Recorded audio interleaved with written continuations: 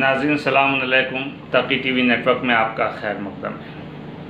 शुरू करता हूँ अल्लाह के नाम से जो नहायत रहमान और रहीम है। आज शब जुमा है। आप सब ने तिलावत हदीस किस्सा की होगी, इसलिए आज गुफ्तगू करेंगे हदीस किस्सा में मौजूद अखलाक़ी पहलू की।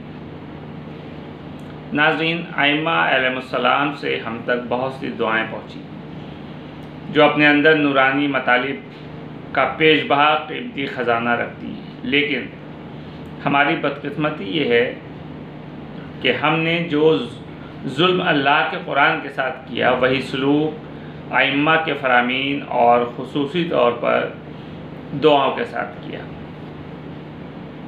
इससे बड़ा जुल्म और क्या है कि कलाम मासूमीन अलैहिस्सलाम पर गौर न किया जाए। आइम्मा ने अपनी दुआओं के ज़रिए उम्मत तक जो निज़ाम ज़िंदगी पहुँचाया है, कितनी बड़ी नाइंसाफ़ी की बात है कि इंसान उन मतालिब पर गौर न करे। ये एक बहुत ही सख्त हकीकत है अगर इस पर गौर किया जाए कि उन दुआओं को पढ़ने का एक अजीम सवाब है, लेकिन इन दुआओं में आइम्मा ने ज़िंदगी गुजारने के जो सुनहरे उसूल और जो सुनहरे तरीक़े बयान किए उन्हें हम नज़रअंदाज कर देते हैं। हदीस किस्सा आइम्मा अलैहिस्सलाम के ज़ाहिरी मोजज़ात में से एक मोजज़ा है जिसको उसकी तमाम तर ऐसी क्वालिटीज़ जो इसके अंदर मौजूद है जिसे समझने में ज़माना कासिर है। यानी हदीस किस्सा की तिलावत तो हम कर लेते हैं, लेकिन उसके अंदर जो चीज़ें मौजूद हैं उसको हम नहीं समझ पाते। इस हदीस किस्सा को तकरीबन हम हर शब जुमा तिलावत करते हैं और इसके अलावा महफिल और मजालिस में भी आगाज़ तिलावत हदीस किस्सा से करते हैं। इस अजीमुल मर्तबत हदीस के रावी सहाबी रसूल सल्लल्लाहु अलैहि वसल्लम हज़रत जाबिर इब्न अब्दुल्लाह अंसारी, उन्होंने ये हदीस जनाब सैयदा सलामुल्लाह अलैहा से रवायत की है। इस हदीस में जहाँ आइम्मा अलैहिस्सलाम के फ़ज़ाइल और मनाक़िब का जिक्र हुआ है, वहीं घरेलू अखलाक़ का एक आला नमूना भी पेश किया गया है, क्योंकि आइम्मा अलैहिस्सलाम ने हम तक अकमल दीन पहुँचाया है जिसमें हर शोबे ज़िंदगी के मुताल्लिक़ हिदायत मौजूद है। यहाँ हमने इन अखलाक़ हुस्ना पर इख्तिसार के साथ रोशनी डालने के लिए कोशिश की है। मैं चाहता हूँ कि कुछ चीज़ें आप तक पहुँचाई जाएँ। इस हदीस से पता चलता है कि अहले बैत रिसालत अलैहिस्सलाम एक दूसरे के लिए किस कदर मोहब्बत और एहतराम के कायल थे। इसका नमूना हमें इस हदीस शरीफ पर गौर करने से पता चलता है। इससे हमें ये दर्स मिलता है कि एक ख़ानदान को आपस में किस तरह अदब और एहतराम के साथ और प्यार और मोहब्बत से रहना चाहिए। घर में दाखिल होने की क्या आदाब हैं। इमाम हसन अलैहिस्सलाम घर में दाखिल होते हैं, अपनी वालदा पर किस तरह सलाम भेजते हैं और जनाब सैयदा कैसे अपने बेटे को सलाम का जवाब देती हैं। उसी तरह इमाम हुसैन अलैहिस्सलाम घर में दाखिल होते हैं, अपनी वालदा को सलाम करते हैं और सैयदा अपने बेटे को जवाब देती हैं।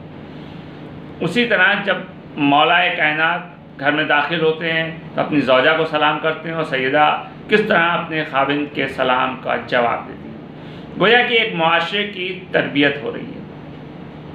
किस तरह से इस घराने में शख्सियत परवान चढ़ रही हैं, ख्वाह वो एक बच्चा ही क्यों ना हो, किस तरह उसकी शख्सियत निखारी जा रही है कि हसनैन अलैहिस्सलाम आकर सलाम करते हैं तो माँ किस अंदाज से जवाब देती हैं, फरमाती हैं कि तुम पर भी मेरा सलाम हो, ए मेरी आँखों की ठंडक और ए मेरे मेवा दिल। और यहाँ ये बात भी काबिल गौर है कि सैयदा सलामुल्लाह अलैहा ने अपने दोनों बेटों को एक ही जवाब दिया है, जिससे ये सबक मिलता है कि औलाद के दरमियान यकसानियत रखनी चाहिए। जब हसनैन अलैहिस्सलाम अपने नाना सल्लल्लाहु अलैहि वसल्लम के पास आते हैं तो इजाज़त तलब करते हैं, सलाम हो आप पर है हमारे नाना जान और रसूल खुदा सल्लल्लाहु अलैहि वसल्लम, क्या आप मुझे इजाज़त देते हैं कि मैं आपके पास ज़ेरे के साथ दाखिल हो जाऊँ।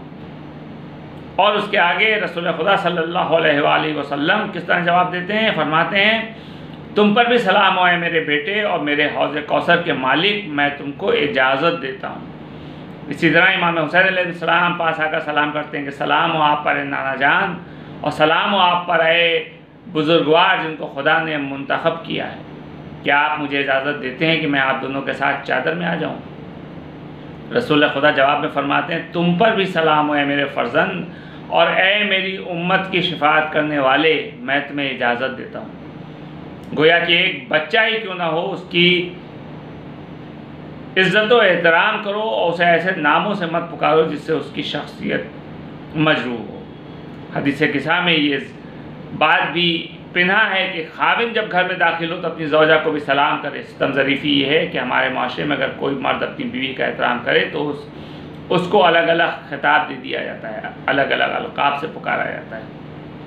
लेकिन मौला मुत्तक़ियान हज़रत अली अलैहिस्सलाम, वो अली के ज़बान वही से जिसके लिए निकला हो कि अगर ज़मीन का तमाम पानी स्याही बन जाए, तमाम दरख्त कलम बन जाए, ज़मीन करतास बन जाए, लिखने वाले फ़रिश्ते हों, और अली आपके फ़ज़ाइल लिखना चाहें तो लिखने से कासिर रहेंगे। इतने फ़ज़ाइल और कमालात वाले अली जब घर में दाखिल होते हैं तो किस तरह अपनी ज़ौजा को सलाम करते हैं कि तुम पर सलाम है रसूल खुदा की बेटी।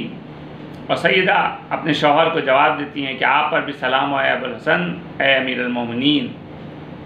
यानी ख़ानदान का हर फ़र्द दूसरे के मकाम व मंज़िलत से आशना है, हर एक के मर्तबे का ख्याल रखा जा रहा है। एक ख़ानदान, एक घर कैसा होना चाहिए, इस हदीस में हम साफ तौर पर देख सकते हैं। इस हदीस शरीफ में इसका अमली नमूना पेश किया गया है। हदीस के साथ फ़कत एक क़िस्सा नहीं है बल्कि एक बेमिसाल दर्स है कि जिस पर अमल करके हम न सिर्फ आखिरत बल्कि इस दुनिया में भी अपने घर को जन्नत बना सकते हैं। अगर हम तालीमात मोहम्मद व आले मोहम्मद अलैहिस्सलाम पर अमल करें तो हमारा घर भी फ़रिश्तों के आने जाने का मकाम बन जाए। आइम्मा का कलाम फ़कत वाह वाह के लिए ही नहीं बल्कि कलाम मासूम अलैहिस्सलाम बाद अज़ कुरान उम्मत की हिदायत का एक बेमिसाल और बेऐब वसीला है। शब जुमा खुदावंद आलम से दुआ है कि खुदावंद मुताल हमें मोहम्मद व आले मोहम्मद अलैहिस्सलाम के तरीक़े पर चलने की तौफ़ीक़ नसीब फरमाए, क्योंकि ये ज़वात मुक़द्दसा ही सिरात मुस्तक़ीम हैं और यही वो हस्तियाँ हैं कि जो ता क़यामत वास्ते फ़ैज़ इलाही बनेंगी।